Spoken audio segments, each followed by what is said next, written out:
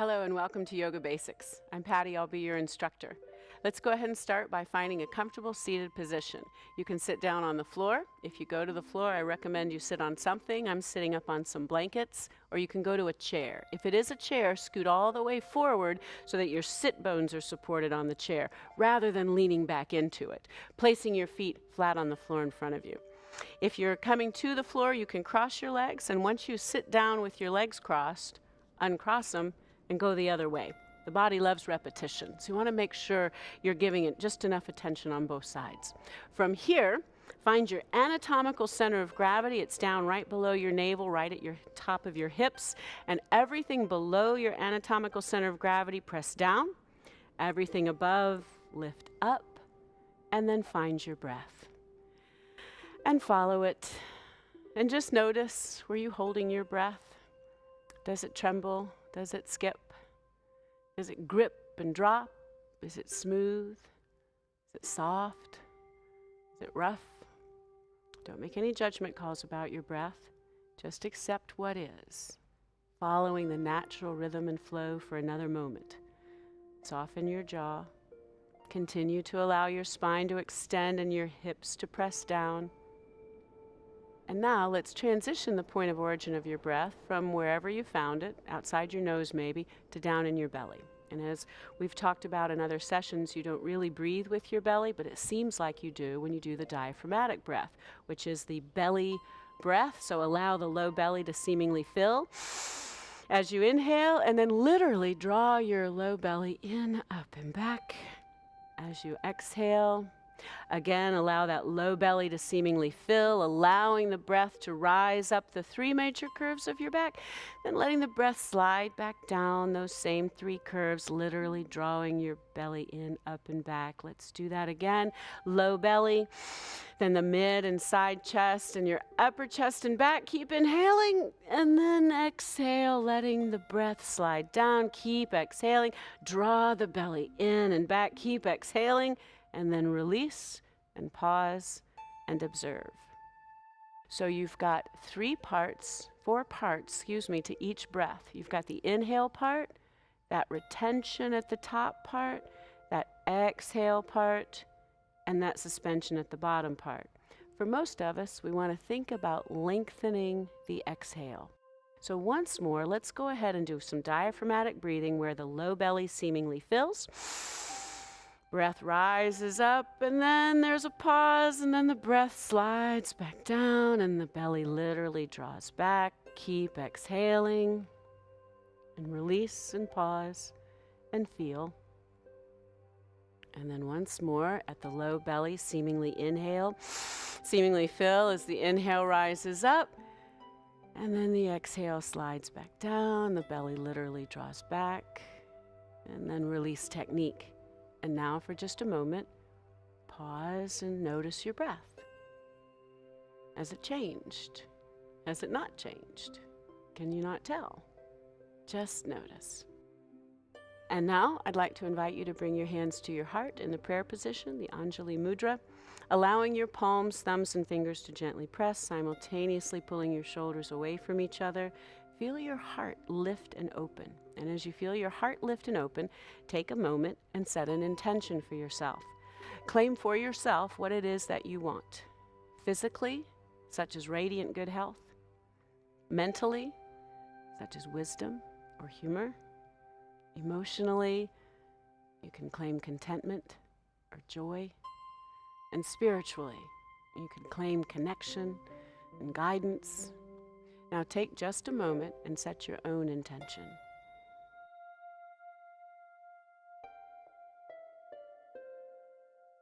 And so it is. Inhale big. Big sigh out. Bring the hands down, blink your eyes open if they were closed. And joining us today is Jessie. So we're going to go ahead and start in a standing posture. So go ahead and come to standing, but don't stand on your blankets. They slide. Once you've come to standing, we're going to find Tadasana, which is your primary standing posture. In Tadasana, we're looking to put the joints in neutral and in ready. So let's start with the feet. You want the middle of each foot to face straight away from you. The middle of each foot is measured by those 2 middle toes. Now, if your feet are shaped like skis, where they're narrow at the front and the back, they'll be fairly straight side by side. But if your feet are shaped more like flippers, you're more of a ski, I'm more of a flipper. The flipper feet, those big toes are going to turn in just a little bit. It might feel like you're standing like this, but it really is just relearning what straight is. So once you've found the middle of the feet, and you've allowed the middle of the feet to go straight away from you, bring your hands to your hips, and you're going to feel 2 hip points right here. Kind of roll around it. You might have to dig in there to find it. But those 2 hip points are going to face in the same direction as the middle of your feet. We're going to be doing some hip circling. So please remember to keep those 2 hip points facing directly forward throughout the positions that we're going to find. So you've got the feet direction, you've got the hip direction. Now let's go inside and engage the arches of your feet by finding 3 points on each foot. You can feel that middle heel on each foot. You can go to the base of the big toe, not the toe itself, the base of the pinky toe, not the toe itself, but the pads of the feet. Press those 3 points on each foot. Feel the arches engage. Don't squeeze or don't lock your knees, and if you're unsure, you can squeeze the knees and then release, and then you'll know they're not locked. It's a circulatory system. You don't want to stop that. Then we want to firm up the midline, and we do so by releasing the buttocks and continuing to release the buttocks until we feel the low belly draw in. You may feel the sacral muscles back here at your sacrum engage, and you may or may not feel the pelvic floor lifting, but it is.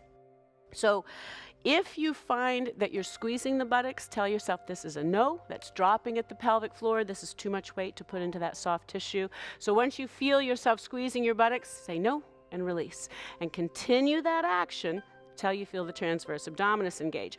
When the transverse abdominis engages, hold it there. You're going to have to return to this part of your body over and over again and keep engaging it because it's just not a habit for most of us. Some of you who are lucky can hold that muscle in all the time, and that's good. It's like a corset for the lower intestines. From here, your sternum, bony chest protection, goes towards your throat, not the other way around. That would look like this. We want the sternum to the throat, wherever the throat is in space. The scapulas are going to go towards your back waist. Your scapulas are your shoulder blades. So the sternum is rising, the scapulas are lowering. Your low belly is engaged. Let's put your hands back on your hips so your fingers are on those forward hip points.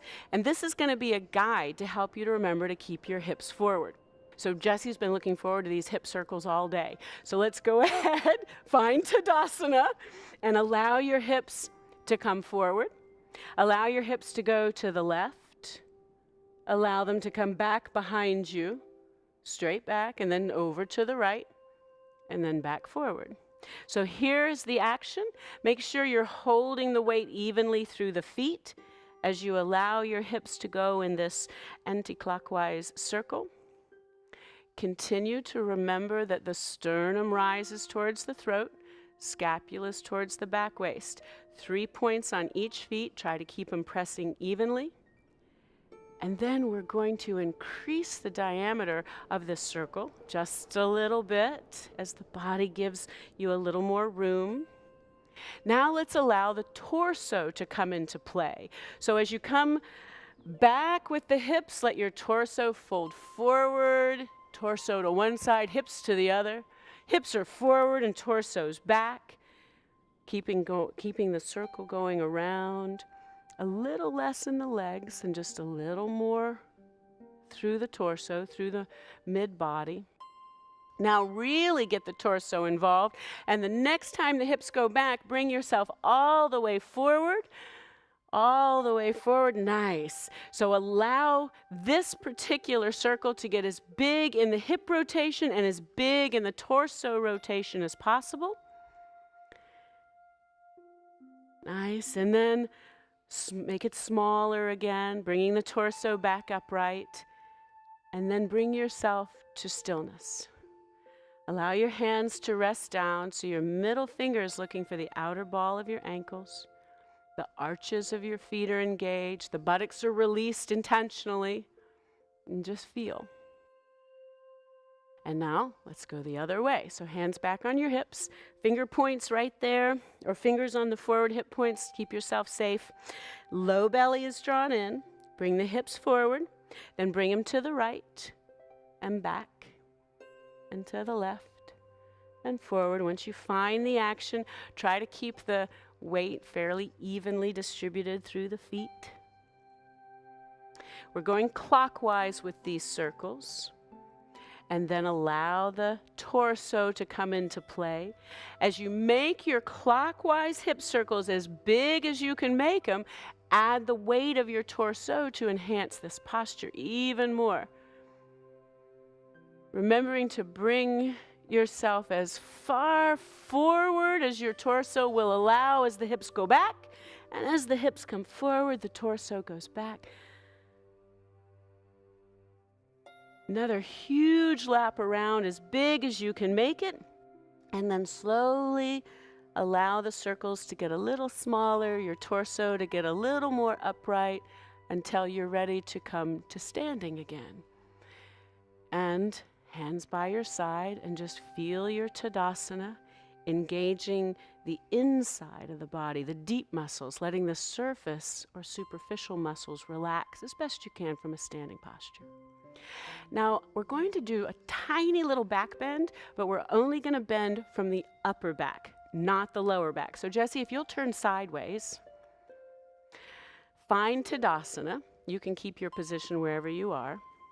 And from here, we're not going to bend here. We're going to keep the hips over the heels, but we're going to bend through the mid-back, the upper shoulders, and the arms. So let's slowly inhale your arms up into Urdhva Hastasana, letting the fingers reach away from the feet. Sternum is rising, but scapulas are lowering. Now it's a little different for this one.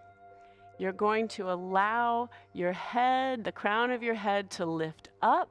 And as you reach up, you're going to bend back and pull your thighs back at the same time. Yes, can you feel the stretch right there? So this part of the body is not in a back bend. Secure here, the low belly is drawn in. You're lifting at the crown of your head, you're bringing the upper chest back, your thighs come back as your body comes back, extending. One more in-breath, and exhale back upright, Urdhva Hastasana, and then arms come down. And just feel for a moment. Your low back is good.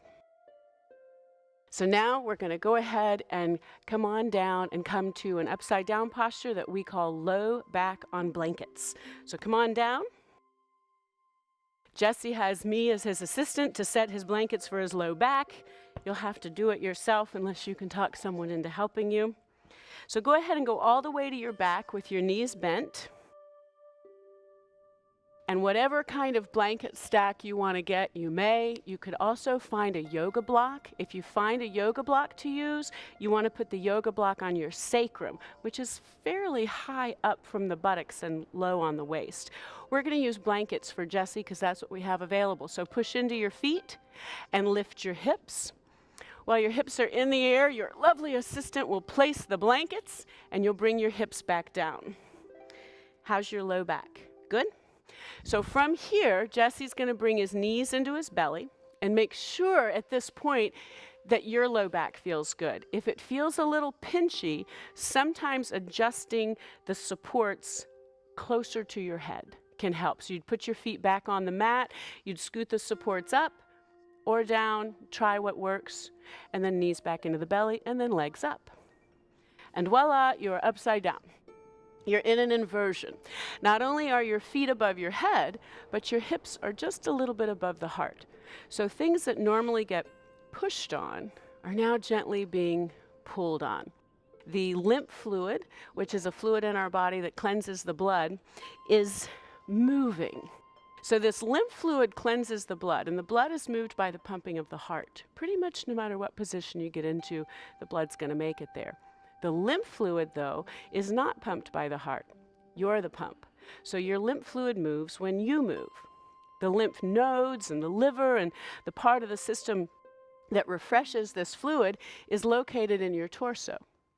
Well, we've got a lot of body below our anatomical center of gravity. So to get all of this lymph fluid back to the torso to be refreshed, we have to go upside down. And this is one of the safest ways to go upside down. In my private practice where I work therapeutically, so far everybody, all my students have been able to do this. Now, while you're there, we stay here for 3 to 4 minutes, maybe. You can roll through your ankles as you've seen Jesse doing. If you go one way, make sure you go the other. You can spread and clench the toes. Careful, it's a cramper. But after time, over time, you're able to spread and clench the toes without getting any toe cramps. And that's a really nice place to be too. You can squeeze the muscles to the bones of the legs and then release and squeeze and release. Excellent for return blood flow. We're also positively affecting the little valves in the veins. And as arteries have a lot of strength to push the blood out to the body, veins don't have that much strength to bring the blood back. So they use the strength of our muscles. So you want to squeeze and release muscles to bones so you can enhance that process. And at the same time, the valves that help hold the blood while it works its way back up the body, those valves are gently getting pressed on the other side, releasing tension through there. And when a valve in the vein fails, we call that a varicose vein, and those can cause some problems. It's some stagnant energy in there. So we want to try to prevent those by putting the feet above the head on a regular basis. Hips above the heart when you haven't eaten anything. I wouldn't do this part of it if you've just recently eaten. Just feet up in the air for that.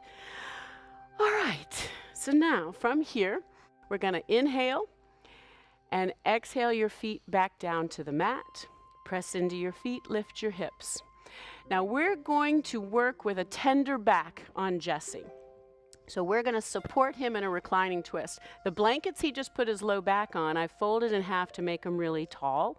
He's now going to rest a knee on this. So I'm going to bring the blankets by his right side. And from here, all of us, press into your feet, lift your hips. While they're in the air, shift them to the left. We'll do it the other way. And straighten your right leg. Bring your left knee into your chest. Pelvic floor is soft. It takes an asymmetrical stretch. Pull the knee, point the toes. Inhale here. And then exhale this knee across to this blanket stack. Rest the knee on the blanket stack. Reach your left arm up. Stretch through the left side body. And then open that arm to a T. Nod, is this better? A little bit better?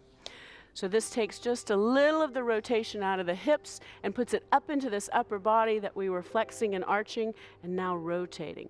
And in this posture, you melt. You soften the surface muscles, the superficial muscles, allowing these deep little muscles along the spine to engage and make any necessary adjustments. Inhale. And on your exhale, draw your knee into your belly and roll to your back. Feet on the mat. And square your hips. So I'm going to move the blanket stack now to Jesse's left side. Press into your feet, lift your hips. While they're in the air, shift them to the right so your hips are offset to the right. Left leg straight. Right knee pulls in. Pull the knee, point those left toes. We're now stretching the other angle of the pelvic floor area. Inhale into this stretch, point those left toes. Good. And exhale that knee across, bringing the knee all the way over to the blanket stack or to the floor, letting the shoulder pop up. Reach through that right side and then open and turn your head and look down that straight right arm and melt into this shape. Better? Okay. Soften your belly, your back, your feet, and your face. Inhale, and on the exhale, draw your knee into your belly and roll to your back. Feet on the mat and square your hips. We're going to go ahead and keep this blanket stack and we're going to use it for his Shavasana. So bring your knees into your belly. If you're going to do this at home, place the blankets so that they will end up high on the knee. Inhale here with your knees in your belly, and exhale, squeeze yourself into a little tiny ball. Loosen the squeeze, inhale. Exhale, squeeze, pull the belly back, tuck the chin. Good, feet are side by side. Loosen the squeeze. Once more, inhale. Exhale, squeeze, make yourself as tiny as you possibly can. A final internal massage, and then release, and let your legs go long. Over the blanket stack if you're using it, or legs straight, flat out. Rock your hips until your low back feels comfortable, and let your toes splay open. Allow your upper back to lie flat, whatever you have to do to make that happen. Your palms face up, your hands are about a foot, foot and a half away from your hips. Tuck your chin, going long in the neck. You've already opened up a little bit more through the shoulders. And once you've found this position, your Shavasana, melt into the shape of this pose. Let your knees get soft. Let your belly soften. Imagine that your hips can widen and spread on the mat. Release your chest. Imagine that your heart's lifting while your shoulders are lowering. Melting your shoulders down your arms until your palms feel like puddles. Swallow, releasing through your throat, letting the skin on your cheeks go slack. Allow your tongue to rest gently in the back of your mouth, continuing to release any conversation, and instead tune into observation. Tell yourself there'll be plenty of time for thinking after this session. Right now, you just want to be. Be with your breath as it moves through your body. Be with your body as you continue to release any tension that you can find. Be with your mind, letting go of any thought that's trying to tease you into continuing it. Just let it go. It's just a thought. And instead, bring your mind to your breath. Following your inhale and your exhale. Allowing yourself to be as still as you can be without actually holding yourself still. In your stillness, your body will integrate and internalize the gifts and the lessons and the benefits of your practice. Allow yourself to just tune in to any sensations that you can feel, allowing your mind, your imagination to follow those sensations deep into the body, and then to follow those sensations out to the space around your skin. Tuning in for this final moment, for now, into the various vibrations of you.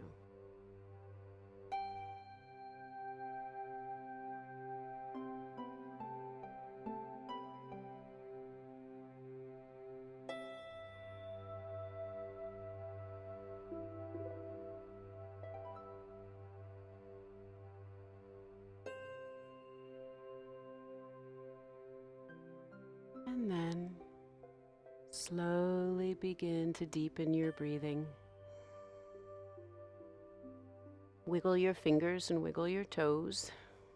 Make circles with your wrists and your ankles, big wide circles one way and then the other. And then reach your arms up long and stretch your fingers away from your feet. Make space and release. Draw your knees into your belly, roll to your right side. Make a pillow for your head with your right arm. Pause here while your body transitions and take this moment and thank yourself for your practice, enabling the gifts and the benefits to continue to penetrate to every level, including the deepest level. Inhale, and on the exhale, use mostly the strength of your left arm to gently press yourself up. Coming into any comfortable seated position you'd like to be in. You can even go back to the chair if you'd like to. Once you find your comfortable seated position, find that anatomical center of gravity. Press down with everything below that area. Lift up with everything above that area. Even feel the legs and hips pressing down as that sternum rises towards your throat and the scapulas lower towards your back waist. And just breathe for a moment. Does it feel different now than it did when you first started? Does it not feel different? Can you not tell? Just notice what is. And I love it that the present moment is called a present. All right, I'll invite you now to bring your hands to your heart, pressing your palms, thumbs, and fingers gently together, allowing your shoulders simultaneously to pull apart. And this time, as you feel your heart lift and open, bow your head into the lifting and opening actions. And take this moment to honor the truth, the light, and the wisdom existing within every cell of your body. May you be peaceful. May you experience poise, equanimity, and abundance. May you be well. Namaste.